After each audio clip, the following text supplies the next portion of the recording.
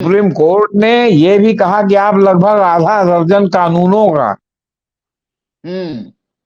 आपने जो सो कॉल संशोधन वगैरह सब असंवैधानिक है। मतलब आपने आधा दर्जन कानूनों का उल्लंघन करके ये चुनावी बॉन्ड जो है आप ले आए थे। सुप्रीम कोर्ट ने पिछले 5 साल का पूरा record state bank of India से कहा है कि आप चुनाव आयोग को दें और चुनाव आयोग उसको अपने वेबसाइट पर उसको रिलीज करे कि ये फंड जो है किसको किसको कहाँ मिला, और जो इधर का फंड है उसमें से जो वो उसको जो है जो जिन्होंने पैसा दिया है उनको वापस कर दिया जाए। इसे क्यों ना माना जाए कि सरकार से अपना काम कराने के लिए, लाइसेंस लेने के लिए, कॉन्ट्रैक्ट लेने के लिए, एनपीए में डलवाने के लिए, आपका बैंक से जो है रियायती दर पर हैसियत से ज्यादा कर्जा लेने के लिए, कर्जा लेके भाग जाने के लिए, क्यों न माना जाए कि ये जो है क्या कहते हैं वो एक प्रकार का सुविधा शुल्क था, घूस था, रिश्वत थी।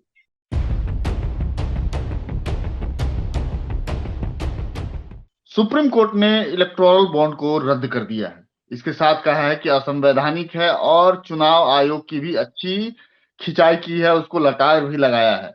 पूरा मामला क्या है, कानूनी दांवपेच है इसमें, ये सीधे जानने के लिए हम चलते हैं जेपी सर के पास। वो वरिष्ठ अधिवक्ता हैं, वकील हैं, संपादक रह चुके हैं और इलेक्टोरल बॉन्ड से जुड़े तमाम मसले को बड़ी बारीकी से नजर रखे हुए थे। तो आखिर आज का फैसला किस तरह से चौंकाने वाला है? क्या इससे राजनीतिक दलों को नुकसान होगा? उन्होंने सुप्रीम कोर्ट ने ये भी कहा था कि ये जो है असंवैधानिक है, क्योंकि जनता जिनको वोट देती है उसे जानने का पूरा हक है कि उनको पैसे कहां से मिलते हैं।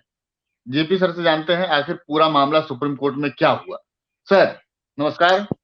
नमस्कार। देखिए, 5 जजों की संवैधानिक पीठ, justice Chandrachud, justice Khanna, justice Gavai, justice Pardiwala की पीठ ने इसकी संवैधानिक सुनवाई की थी और 2 नवंबर को ऑर्डर रिजर्व कर दिया था।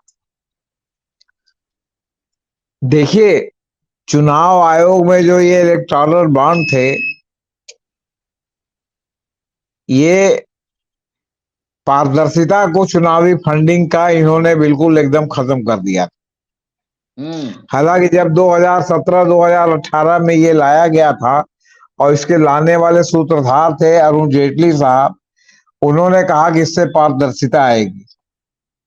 तो हम्म। पहले जो 20,000 या 20,000 से अधिक का चंदा आता था उसका डिटेल जो है चुनाव आयोग जारी कर देता था। लेकिन हम्म। इसमें गुमनामी के कारण 20 करोड़ आया कि 200 करोड़ आया, इसको चुनाव आयोग जारी नहीं करता था। हम्म। और जो आंकड़े निकल करके आते थे वो आंकड़े ये आते थे कि लगभग इसका जितना पैसा आता था उसका 80% भाजपा को मिलता था, बाकी 20% में सबसे कुछ दलों को तो कुछ भी नहीं मिलता था। हम्म। तो अब सवाल इस बात का है कि गुमनामी या गोपनीयता क्यों? क्योंकि चंदा देने वाले नहीं चाहते थे कि उनका नाम जो है वो उजागर हो, वो गोपनीय रखना चाहते थे और उसमें हम्म। गोपनीयता का प्रावधान भी था। तो इसे क्यों ना माना जाए कि सरकार से अपना काम कराने के लिए, लाइसेंस लेने के लिए, कॉन्ट्रैक्ट लेने के लिए, एनपीए में डलवाने के लिए, आपका बैंक से जो है रियायती दर पर हैसियत से ज्यादा कर्जा लेने के लिए, कर्जा लेके भाग जाने के लिए, क्यों न माना जाए कि ये जो है क्या कहते हैं वो एक प्रकार का सुविधा शुल्क था, घूस था, रिश्वत थी, जो इनडायरेक्टली आपने इधर से पैसा लिया उधर से दे दिया। हम्म। देखिए, एमपी लैड फंड हो या विधायकों का फंड हो, इस फंड के बारे में आमतौर पर है कि ये फंड जब इनको मिलता है अपने क्षेत्र में डेवलपमेंट के लिए, तो ये जिसको भी अपना ये फंड अलॉट करते हैं तो इसमें बहुत से स्कूलों को भी फंड, कॉलेजों को भी फंड दिया जाता है। उस फंड में से अच्छी खासी रकम ये फंड दे के उसमें से जो है कमीशन के रूप में ले लेते हैं। हम्म। ऐसा आरोप है। और कई बार इसीलिए हुआ कि इसको बंद कर दिया जाए, इसको स्थगित कर दिया जाए, ये भी विवाद का विषय बना हुआ है। तो सवाल इस बात का है कि जो आदमी आपको इतने बड़ी बड़ी रकम देगा और वो भी सत्ता पक्ष को ही देगा, ज्यादा विपक्ष के लिए तो नाम मात्र का है, तो क्यों देगा? आखिर उसको उस रकम को देने से फायदा क्या है? और वो गोपनीय है। और उसमें जब ये नियम लाया गया था तो इसमें 5-6 कानूनों को संशोधित किया गया था। सुप्रीम कोर्ट ने सबको स्ट्रक डाउन आज कर दिया है। अब इसमें आयकर अधिनियम था, वित्त अधिनियम, वित्त विधेयक था, इसमें आपके जनप्रतिनिधित्व कानून था, सूचना के अधिकार कानून का उल्लंघन था, और तो और अनुच्छेद 19 का भी उल्लंघन था। तो ये जो 2017 से चल रहा था और अब तक एक प्रकार से संविधान के उल्लंघन के साथ साथ इन कानूनों का भी जो गलत संशोधन किया गया था, तो बिल्कुल अवैध ढंग से चल रहा था। अब सुप्रीम कोर्ट के आदेश के आने के बाद ये कहा जा सकता है, और संभवतः सुप्रीम कोर्ट भी इस बात को समझ रहा है। इसलिए सुप्रीम कोर्ट ने पिछले 5 साल का पूरा record state bank of India से कहा है कि आप चुनाव आयोग को दें, और चुनाव आयोग उसको अपने वेबसाइट पर उसको रिलीज करे कि ये फंड जो है किसको किसको कहाँ मिला, और जो इधर का फंड है उसमें से जो उसको जो है, जो जिन्होंने पैसा दिया है उनको वापस कर दिया जाए। ये बहुत ही दूरगामी प्रभाव का है, और इससे बीजेपी सरकार को निश्चित ही बहुत बड़ा धक्का लगा हुआ है। अब देखिए, ये तो 2017-18 के बाद आपका ADR, association for democratic reform से लेके सीपीएम तक कई लोगों ने जो है इस पर जो है मुकदमा किया था कि ये जो है ये अपारदर्शी फंड है, इसके ऊपर रोक लगनी चाहिए, और ये इनडायरेक्ट घूस है। अब देखिए, अब आप इसको थोड़ी देर के लिए समझिए। शराब घोटाले में 35 लाख रुपए लेने का, 35 लाख या 35 लाख करोड़ रुपए लेने, 35 लाख करोड़ रुपए लेने का आरोप जो है वो बीजेपी उनके आप सरकार पर है। उसमें आपके सिसोदिया जेल में है, केजरीवाल पर गिरफ्तारी की तलवार लटक रही, चेक से लेने का आरोप है। जिसको चेक दिया गया वो भी जेल में है, जिसको जे चेक दिया वो भी जेल में है, और ये लोग भी जो है वो क्या कहते हैं, निर्णय लेने के नाम पर ये लोग भी जेल में है, बाकी लोगों को जेल में भेजने की तैयारी हो रही है। लेकिन यही पैसा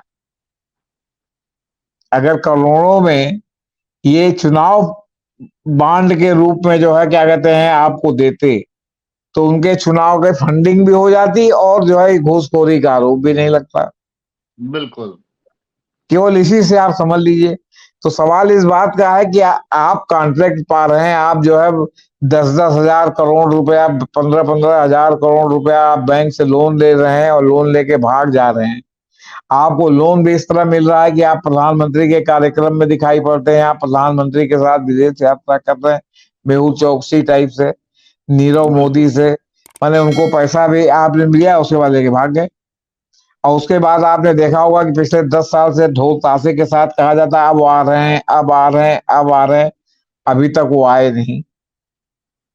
जी। तो इसमें 2 फैसला आया है, लेकिन दोनों फैसलों में सहमति दर्ज की गई है, अतः सहमत का फैसला नहीं है। एक जस्टिस चंद्रचूड़ ने कुछ जजों की ओर से लिखा है, और एक जस्टिस संजीव खन्ना का है। संजीव खन्ना ने थोड़ा अलग सा तर्क दिया है, लेकिन वो भी उस दोनों फैसले सहमत है। तो एक प्रकार से सर्वसम्मति फैसला है, भले 2 फैसले के रूप में सामने आया है।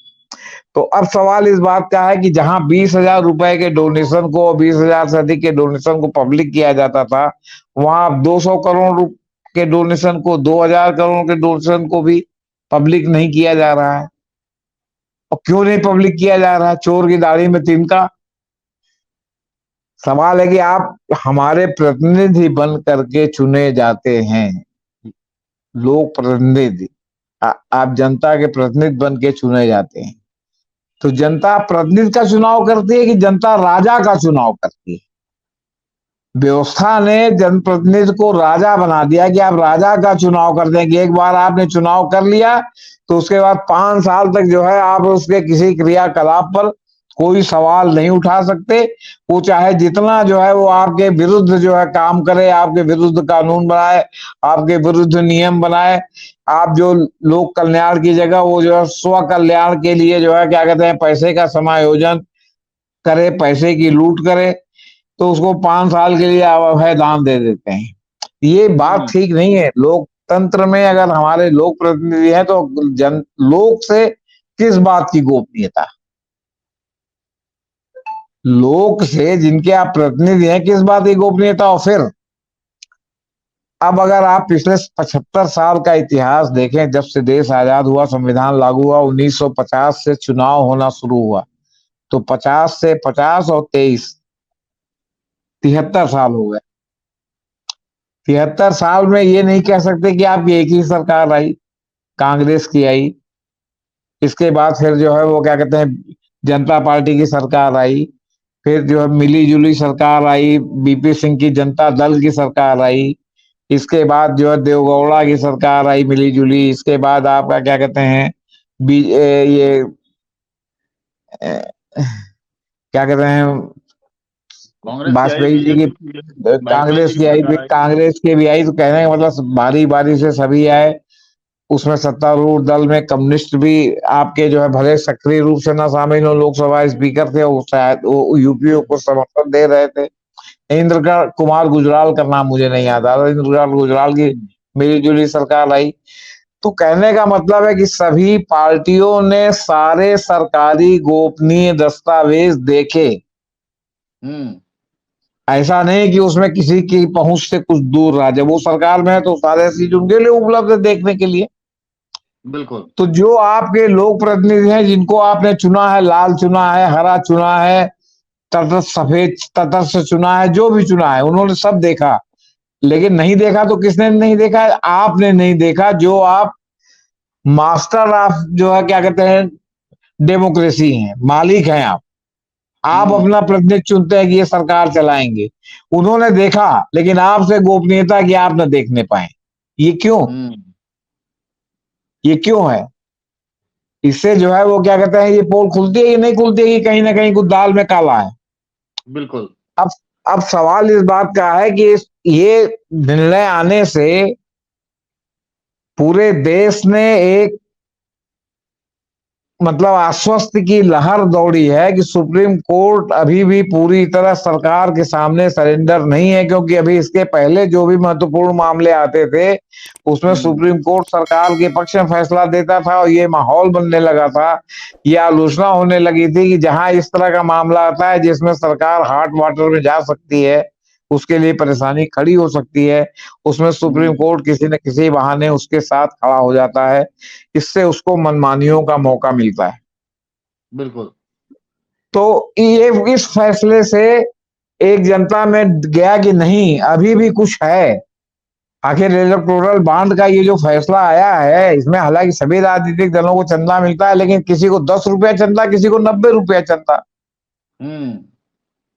पता चला कि एक पार्टी को 90 रुपया चंदा मिल रहा है बिल्कुल। और एक पार्टी को 10 रुपया चंदा मिल रहा है। तो सवाल है कि जो 10 रुपए का चंदा मिल रहा है उसको न भी मिले तो कोई फर्क नहीं पड़ता, लेकिन जिसको 90 रुपए मिल रहा है उसको तो फर्क पड़ेगा ना। तो सवाल है कि जो सत्तारूढ़ पार्टी को एक जो इनडायरेक्ट वे में पैसा वसूली का एक माध्यम बना था, तो ये क्यों ना माना जाए कि जैसे हमने आपको होता है ना कि प्राइवेट स्कूलों में आपको जो है चेक से पैसा दिया जाता है 30,000 रुपया, और उसके बाद कहा जाता है कि इसमें से जब आप इसको भजा करके इसमें से 25,000 रुपया हमको पहुंचा जाइएगा, नहीं तो अगले महीने मत आइएगा। तो आपको नौकरी करनी है तो भाई 5,000 मिला ना, तो आप गए 25,000 रुपये पहुंचाए मैनेजमेंट को वापस। ये इस टाइप का मामला है कि इधर चंदा भी आपने उसको काम दिया, उसके एवज में उससे चंदा ले लिया। अब उसका नाम तो गोपनीय है, कोई मालूम नहीं कि किसने दिया किसने नहीं दिया। इसमें 30 सितंबर 2023 तक का आंकड़ा जो है इन्होंने मंगाया था, हो सकता है इन्होंने दिया भी हो, लेकिन अब जो पिछले 5 साल का आंकड़ा इन्होंने स्टेट बैंक से कहा और चुनाव आयोग से कहा कि आप इसको अपने पर डालिए और वो उनको दें, तो ये एक बहुत बड़ी बात है। और इससे जो है निश्चित रूप से राजनीति में पारदर्शिता आएगी और एक इवेंट फील्ड रहेगी, मतलब कंपटीशन आपके यहाँ कंपटीशन कमीशन है कि मतलब जो भी व्यापार या जो भी प्रतिस्पर्धा जहां है वहां बराबर की फील्ड होनी चाहिए, सबको एक जैसा अवसर मिलना चाहिए। लेकिन ऐसे कैसे होगा 125 करोड़ रुपया अब तक चंदा आया। हम्म। 125 अरब। अब अगर 125 अरब में थोड़ी देर के लिए मान लिया कि 25 अरब बाकी पार्टियों को मिला हो और 100 अरब एक पार्टी विशेष को मिला हो, बिल्कुल। तो इवन फील्ड है ये। बिल्कुल नहीं, बिल्कुल नहीं। आप अगर जो है पूरे देश भर में इस पिछले 10 साल के दौरान जो जिले स्तर पर जो दिल्ली में बना है भाजपा का सेंट्रल कार्यालय, उसको छोड़ दीजिए, बाकी आप उत्तर प्रदेश में आइए, इलाहाबाद, कानपुर, बनारस और बाकी और स्टेट में जाइए जो भाजपा के जिला कार्यालय बने हैं, वो हम्म। इतने जो है वो क्या कहते हैं, मतलब आप आलिशान। लग्जेरियस ऑफिस बने हुए हैं कि वो साफ ही देख के पता चलता है कि किस तरह जो है वो चुनावी क्या कहते हैं चंदे का जो है वो क्या कहते हैं आवक है वो है। सदुपयोग हुआ है। और फिर हाँ, और दूसरा आप जिस तरह जो है लोगों को तोड़ते हैं और उनको जो हम्म। पैसे का भुगतान होता है 10-10 करोड़, 20-20 करोड़, 15-15 करोड़, उसके बाद उनको चुनाव लड़ने के लिए पैसा दिया जाता है और चुनाव जीत जाते हैं तो उनको मंत्री बनाया जाता है। तो ये सब जो पैसे का खेल है कहाँ से है? और ये वो पार्टी है जिसको कम से कम मैंने ही प्रयागराज के शहर पश्चिमी में देखा है कि जो इनके पोलिंग बूथ पे लोग बैठते थे टिकट पर्ची काटने के लिए, उनको लाई चना मिलता था खाने के लिए। हम्म। अभी तो जो है इलाहाबाद के जो है सबसे अच्छे जो है क्या कहते हैं रेस्तरां से जो है लंच पैक आता है उनके खाने के लिए। तो इतना तो अंतर पड़ गया है ना। अब जो है वो क्या कहते हैं आपका कहीं भी कोई चुनाव होता है तो हवाई जहाज से जो है क्या कहते हैं स्ट्रेटजी, अब जैसे इलाहाबाद में मान लिया कि 2.5 सीट है लोकसभा की, तो अब ऐसा नहीं कि एक बार वहां की टीम आई तो वो ढाइयों पर जो है वो मंत्रणा कर ले, आज आई तो एक पे हम्म। करेगी, फिर दूसरे दिन आई तो दूसरे पे करेगी, तीसरे दिन आई तो तीसरे पे करेगी, आई हवाई जहाज हम्म। से रुकी और फिर हवाई जहाज से वहां पे चल गई। तो क्या है हवाई जहाज मुफ्त है कि पैसा है ये? मतलब मुफ्त है कि बिल्कुल। पैसा है आपको बताइए। तो बिल्कुल सवाल है पैसा कि ही है। इतना, हाँ तो वो जो उनके आपके खर्चों में जो जिस तरह की जो है वो फिजूल खर्ची दिखाई पड़ती है, उस उसी पर से भी नकेल साफ लग पता सकता है। चलता है। हाँ, उसे साफ पता चलता है कि जो है वो क्या कहते हैं इलेक्टोरल बॉन्ड का असर कितना है। अब आप राहुल ये। गांधी की ही यात्रा को देखिए, मणिपुर से चले हैं कहाँ, मतलब मैक्सिमम जगह पर बस से वो बोल रहे हैं। क्यों? क्योंकि अगर पंडाल लगेगा तो 40-50 लाख रुपए का खर्चा है, वो कहाँ से आएगा? हम्म। तो जहां स्थानीय लोगों ने मिल करके और वो करके उन्होंने कर दिया, तो वहां पता चला कि अगर आपने 20 जगह सभा को संबोधित किया तो 5 जगह पंडाल में संबोधित किया आपने, 15 जगह या 20 जगह आपने बस पर खड़े होकर के संबोधित किया। हम्म। तो बस में खड़े होकर क्यों संबोधित किया? वहां भी तो पंडाल लग सकता था, लेकिन अब पंडाल लगेगा तो जो 25 लाख, 30 लाख, 40 लाख का खर्चा है वो कहाँ से आएगा? पंडाल लगेगा, फिर कुर्सियां लगेंगी, ऐसे तो आप बस से खड़े होकर बोल रहे हैं तो कुर्सियों की भी जरूरत नहीं है हम्म। श्रोताओं को बैठने के लिए।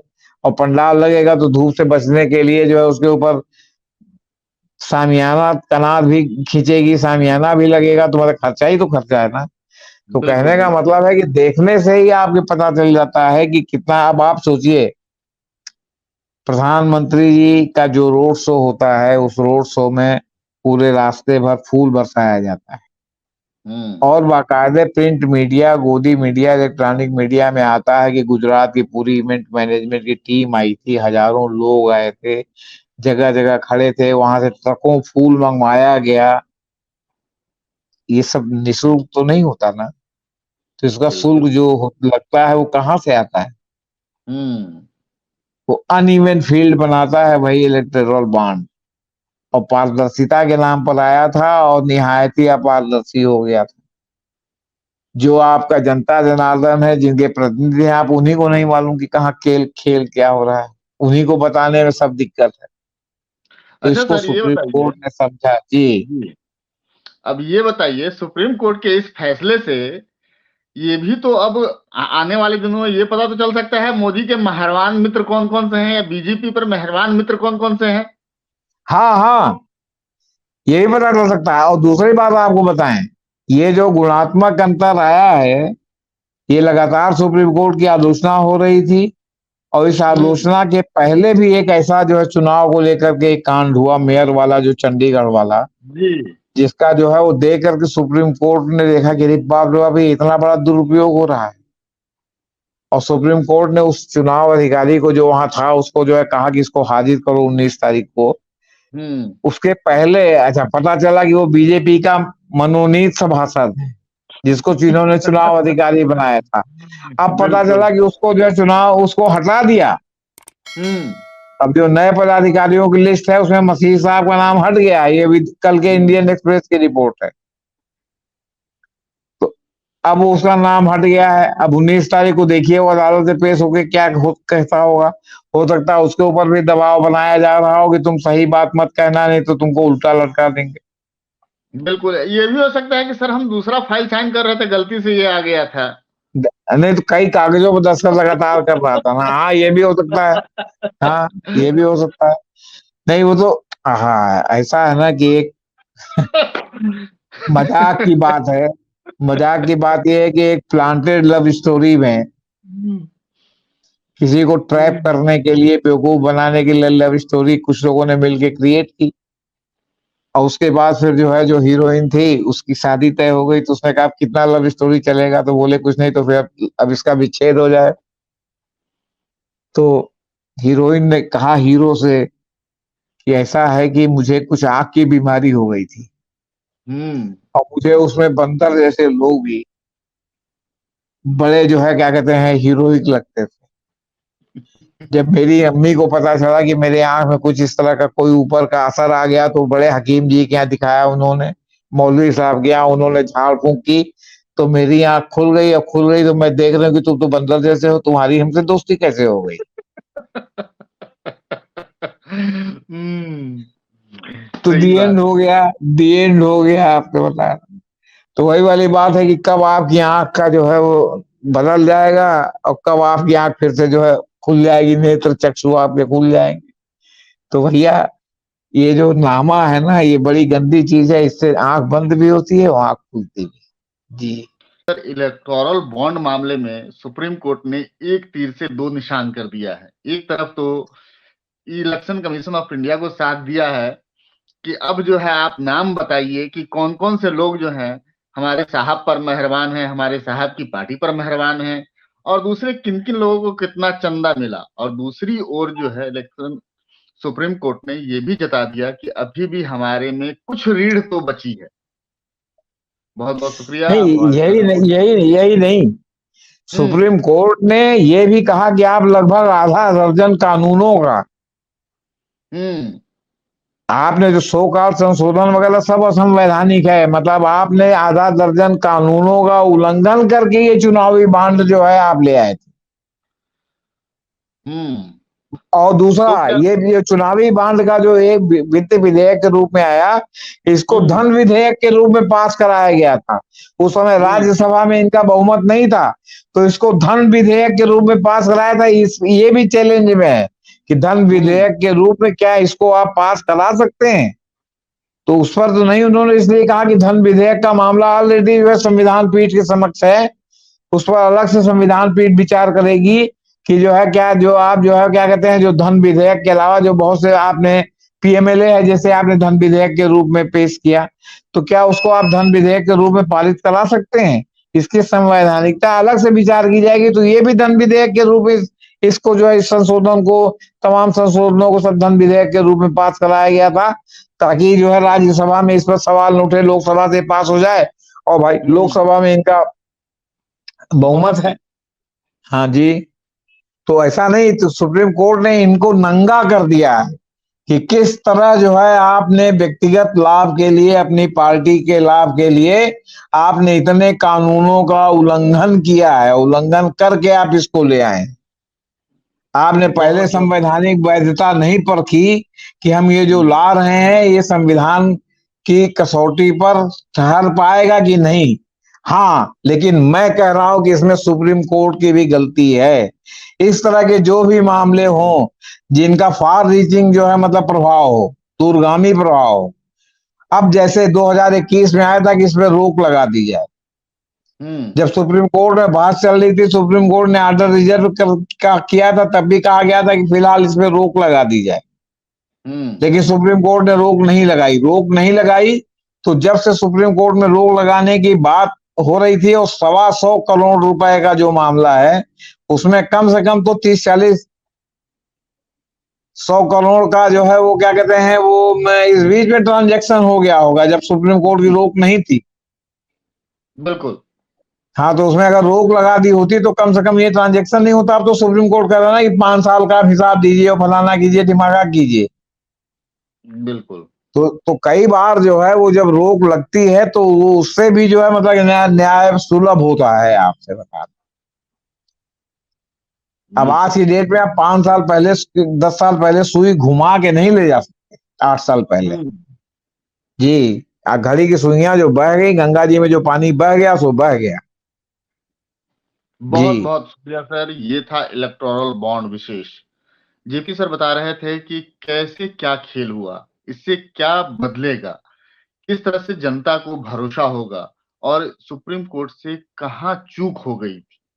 इसके बावजूद भी ये कहा जा सकता है कि ये जनता के हित में फैसला है और इससे तमाम राजनीतिक पार्टियां, केवल बीजेपी ही नहीं, तमाम राजनीतिक पार्टियों का लेखा जोखा जनता के सामने होगा कि किसको कितना चंदा कहां से मिल रहा है और कौन लोग ऐसे लोग हैं जो हजारों और लाखों करोड़ों में जो है अपने चहेती पार्टियों को इस तरह से दान दक्षिणा और सुविधा शुल्क देते हैं। बहुत बहुत शुक्रिया। आप देखते रहिए अम्बेडकर नामा। हमारे चैनल को लाइक कीजिए, शेयर कीजिए, सब्सक्राइब कीजिए। नमस्कार सर। नमस्कार।